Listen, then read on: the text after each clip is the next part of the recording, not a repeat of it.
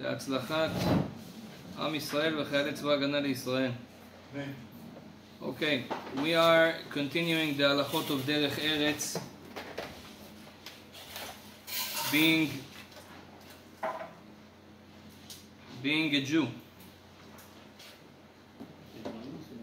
Behave in Derech Eretz. So there is a Gemara that say, actually, no, not a Gemara, Rabbi Hasid. We spoke yesterday about spitting in the street. Someone spit. So a Jew should be careful that other people would not see it after. So if you need, for let's say health reasons or whatever, you have to take out some, how you called it yesterday? The rock. Saliva. So you should make it in a place where people don't see, because then you make other Jews suffer. So Rabbi Hasid, he brings a maaseh. He says that there was a story with one Hasid, that this Hasid, that was his mitzvah. He was going out in the streets, and when he saw something, disgusting, he would cover it.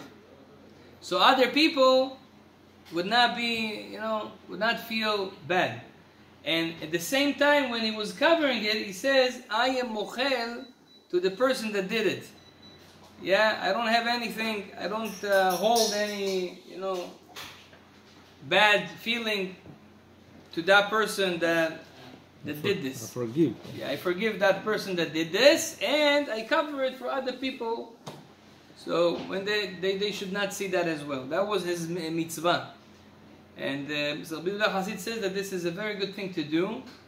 I mean, you don't have to now, go and find disgusting things to cover. But if it's happened to be that you go on the street and you see something that is not pleasant to see, make sure that the next person after you would not see that. That's a big mitzvah. Also, the Rabbi Rabbi Avraham, who wrote this book, he brings his own chidush, and he says that he thinks that this is also a tikkun for stealing, for gezed. A person that was stealing, the Gemara, Chachamim, the Chafetz Chaim actually brings it also, in other poskim, they say that if you steal, what's the tshuva, what's the tikkun? How can you fix stealing if you don't know the person that you stole money from or you stole something from? You want to give it back. That's the tikkun. But you cannot give it back because you don't know who is the person. Or let's say you stole something that there's no way to give it back to the people. Let's say you stole a whole community or something like that.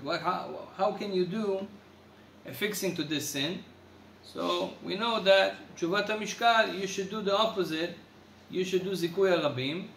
You should give some money to other organizations, and you say, Ribono Shel Olam, you will send this money to someone, whoever needs to get it, to fix my sin.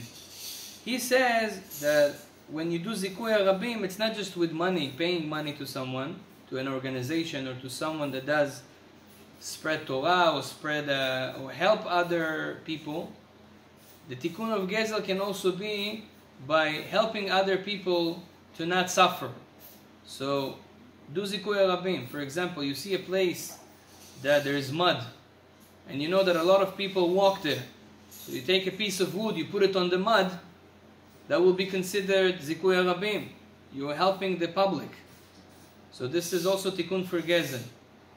Or any other cases, you see something slippery and you can remove it or put salt. For example, here in the winter we have a lot of ice, and you know that this is a walkway, a place where people walk. You can put some ice. This is tikkun for gezel, tikkun for stealing. That's what he says, because it's also doing for the public. Anything you do for public, will be tikkun for stealing. Yes. Tzorchei Rabim, yeah, something that other people will enjoy. So for example, I'm just giving you an example. Let's say you stole from the convenience store that was in Canada 20 years ago, beside your house. You stole, I don't know, chips, okay? Now, you don't know who's this convenience store owner. He's not there anymore. And so what do? Let's say you say, okay, I'm going to put some salt in the winter in a place where people walk and nobody takes care of it. Okay? Let's say to my neighbor. HaKadosh Baruch Hu will make that this person, I'm just giving an example that just came to my mind. Yeah, that this person that you owe money to will walk in that place, and this salt will help him to not fall, and he will use it somehow. No, you don't have to have it in mind. This is HaKadosh Baruch Hu's job. You just have to say, I do something for the public. Hashem will make it happen and come to the person that needs to get it. But that's the point. So yeah, this is one thing. Also, another thing, Derech Eretz. We don't have Kohanim here, but it's good to say. Yeah, Kohanim, for example, they make bracha, berkat Kohanim. They have to take their shoes off. According to Halacha, they take their shoes off. So he says they should put their shoes somewhere where people don't see it. Sometimes, yeah, excuse me, there's some smell from the shoes and whatever. They should put it aside under the chair, not in the middle of the synagogue, you know. So this is not Derech Eretz. That's not proper to do. Yeah.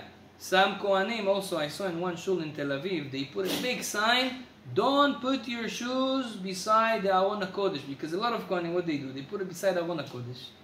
So they hold, actually they brought a Kaf HaChaim that says that it's not proper, it's not kavod to put your shoes mamash beside the holy Aron of the Sefer Torah. Yeah, I hear what they say, that there is but this is the same reason. Why Derech Eretz? It's not very proper to do.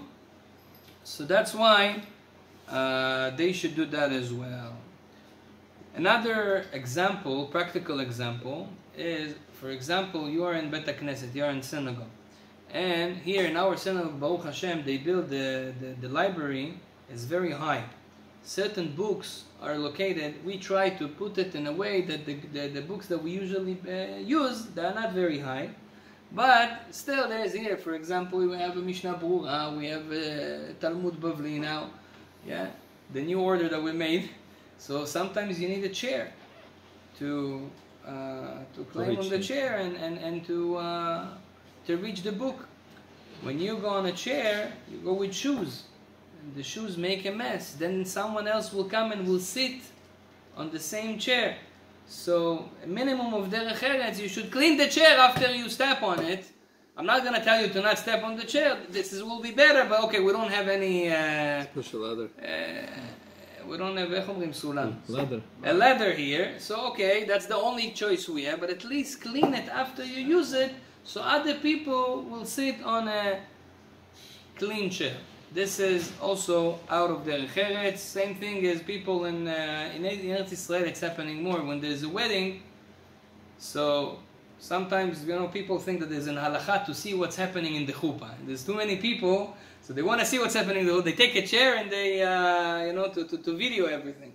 So make sure when you go down, clean the chair. Other people need to use it. This is Derech Eretz. This is ABC of Derech Eretz. Last halacha is regarding going to the restroom, shirutim. So the halacha states that a person should not hold his nekavim. Yeah, he should not hold his bathroom needs. Bidi. So actually, there's even a danger. There's a lot of Gemarot that talk about it. Even things that for me was very hard to hear. They say that Rav Huna, he used to give shiurim in the Gemara, and his shiurim would be very long. And they would not give people to go in the middle of the shiur breaks. To make breaks. It also was not proper because back then they used to sit on the floor. If you have to go, you have to like step on people. You know, it bothers them. So a lot of people would stay for hours, and the Rav Huna would not make a break. And he says that 60 people became akarim. You know what's akarim? Akarim is like you cannot have kids. They became infertile. Because of Rav Huna. That's what the Gemara says. Why? Because they were in his drasha and they didn't go to the restroom to do number 1. So we see from here that you should do. There's a story about Shmuel. I think it's Shmuel HaKatan, Stam Shmuel. So, there was a rabbi in the time of the Gemara that he was giving a shiur. The shiur was very long in Shalosh Regalim, usually in the Chagim. So he needed to go to the restroom in the middle of the shiur, but he didn't want to stop the shiur because then everybody's gonna go. So what did he do? People came. They were holding like towels and things. He would turn around to the other side, do what he needs to do, and continue with the shiur. Why? To tell you it's so important to not hold your bathroom needs to that extent that the rabbi would do it in the middle of the shiur because there's no other choice. So this is how important it is. However, the Gemara also brings and says that you should not, if you need to do your bathroom needs, you should do it in the street and you should not even look at what other people say because it's a danger, it's very important, and of course lechatchila you should be covered, tzniut, but if there's no other choice, it's better to do it without being covered than not doing anything at all. That's what the Gemara says. However, Rabbi Ovadia in Halichot Olam in his book, he has a different opinion. He says in our time, it's not like in their time. In their time, if you would see someone in the street does his number 1, it would be normal. They didn't have a restroom in every corner. Yeah. So that was something normal that people used to. Today, people are not used to see those things. And this is mamash, sometimes it shows lack of Derech Eretz. It sometimes could be even Chilul Hashem, if you have a religious look, a Jewish look.